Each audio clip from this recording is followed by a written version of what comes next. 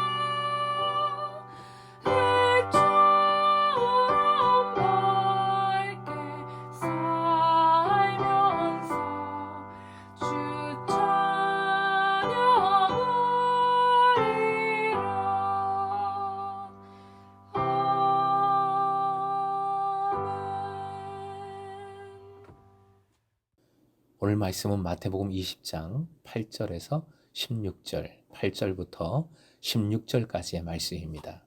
함께 읽겠습니다. 저물매 포도원 주인이 청지에게 이르되 품꾼들을 불러 나중 온 자로부터 시작하여 먼저 온 자까지 삭슬 주라 하니 제11시에 온 자들이 와서 한 데나리온씩을 받거늘 먼저 온 자들이 와서 더 받을 줄 알았더니 그들도 한 데나리온씩 받은지라. 받은 후 집주인을 원망하여 이르되 나중 온 이 사람들은 1시간밖에 일하지 아니하였거늘 그들을 종일 수고하며 더위를 견딘 우리와 같게 하였나이다. 주인이 그 중에 한 사람에게 대답하여 이르되 친구여 내가 네게 잘못한 것이 없노라. 내가 나와 한 데나리온의 약속을 하지 아니하였느냐. 네 것이나 가지고 가라. 나중 온 이 사람에게 너와 같이 주는 것이 내 뜻이니라. 내 것을 가지고 내 뜻대로 할 것이 아니냐. 내가 선함으로 네가 악하게 보느냐. 이와 같이 나중된 자로서 먼저 되고 먼저 된 자로서 나중 되리라. 오늘의 기도 제목, 주님의 자비와 선하심을 기뻐하며 이루게 하소서. 주님의 자비와 선하심을 기뻐하며 이루게 하소서. 저녁에 품꾼들에게 하루의 품삯을 계산해 주는 것은 당시의 관습입니다. 주인은 품꾼을 나중 온 자로부터 시작하여 먼저 온 자까지 싹을 지불하라 명합니다. 이 순서도 중요하겠지요. 나중에 온 품꾼들은 먼저 품삯을 받았을 뿐만 아니라 먼저 온 사람들과 동일한 싹을 받습니다. 당연히 나중에 온 사람들이 한 데나리온씩을 받을 때에 먼저 온 사람들은 기대했을 겁니다. 와, 더 받겠구나.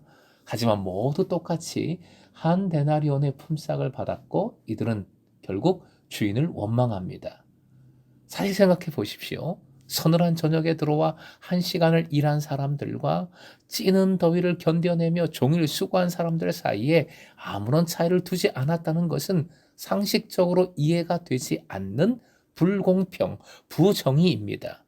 더구나 저녁에 들어와 일한 사람들, 무슨 일을 했겠냐마는 그들은 다른 주인들이 고용하지 않았던 가치 없는 사람들, 흠이 있는 사람들이었습니다.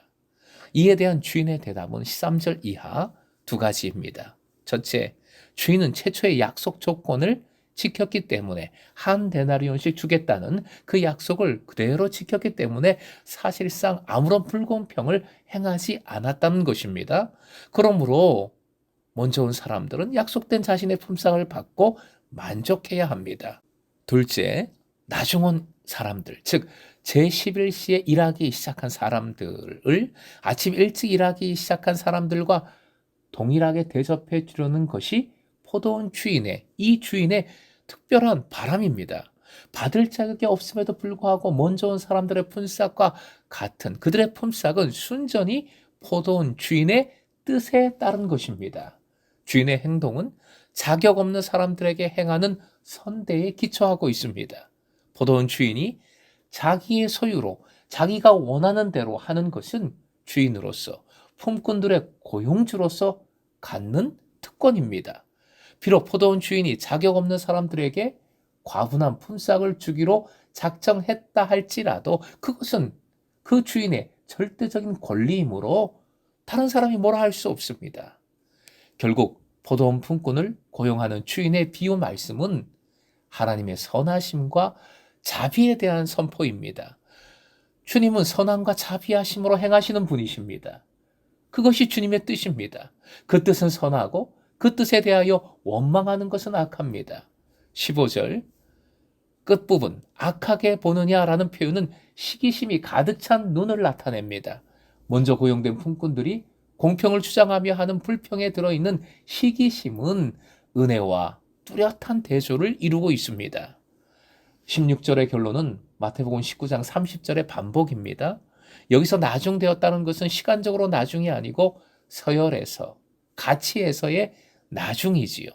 하나님의 은혜가 나중에 온 자들에게도 허락된다는 것을 말씀은 강조하고 있습니다. 심지어 11시에 참여한 사람들, 다른 사람들에 의해 고용되기에 가치가 없는 것으로 여겨진 사람들에게도 동일한 은혜가 베풀어짐을 강조하고 있는 것이지요. 사랑하는 금성의 제자 여러분, 먼저 된 자, 나중된 자를 구분하고 판단하고 거기에 맞는 대우를 정하는 것은 세상의 모습, 세상의 원리일 겁니다. 반면 하나님 나라의 은혜에 대한 가장 뚜렷한 예증은 오히려 가장 나중에 온 사람들, 가장 가치가 없는 사람들에게 있습니다. 예수께서는 이미 말씀하셨습니다. 마태복음 9장 13절 화면 보시고 같이요. 너희는 가서 내가 긍휼을 원하고 제사를 원하지 아니하노라 하신 뜻이 무엇인지 배우라. 나는 의인을 부르러 온 것이 아니요 죄인을 부르러 왔노라 하시니라.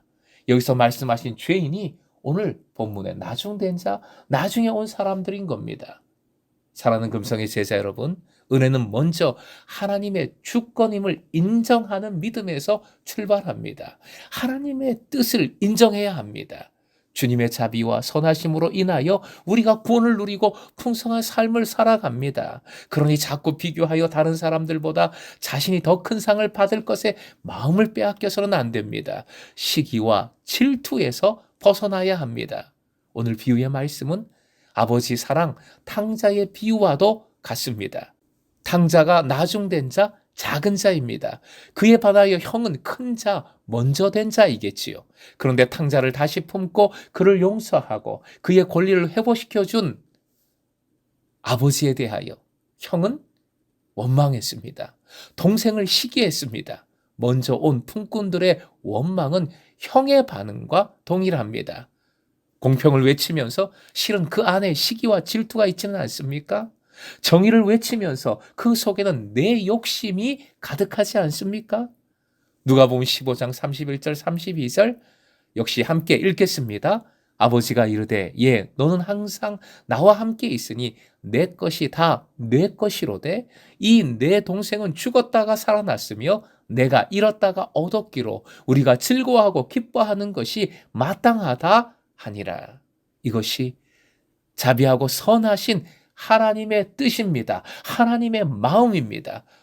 오늘도 이 마음, 이 은혜를 붙들고 이 뜻을 기뻐하고 실천해 나가는, 이루어가는 금성의 제자 되시길 주님의 이름으로 축원드립니다.